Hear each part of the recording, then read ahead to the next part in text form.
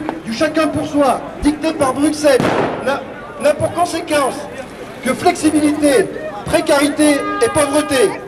Cette politique n'est que le terreau de l'extrême droite. Nous refusons qu'il y ait des paradis fiscaux pour la France d'en haut et de la régression sociale pour la France d'en bas. Nous, salariés, privés d'emploi, retraités, étudiants, exigeons le retrait de cette loi et revendiquons le maintien et l'amélioration du Code du travail et des droits collectifs. Pour cela, il est indispensable de continuer dans l'unité, de convaincre un par un chaque salarié que c'est ici, dans la rue, que ça se passe et que ça se gagne. La reconduction du mouvement doit se réfléchir collectivement par des assemblées générales dans toutes les entreprises, les services, les lieux d'études, pour débattre et décider de la grève et de son ancrage dans la durée.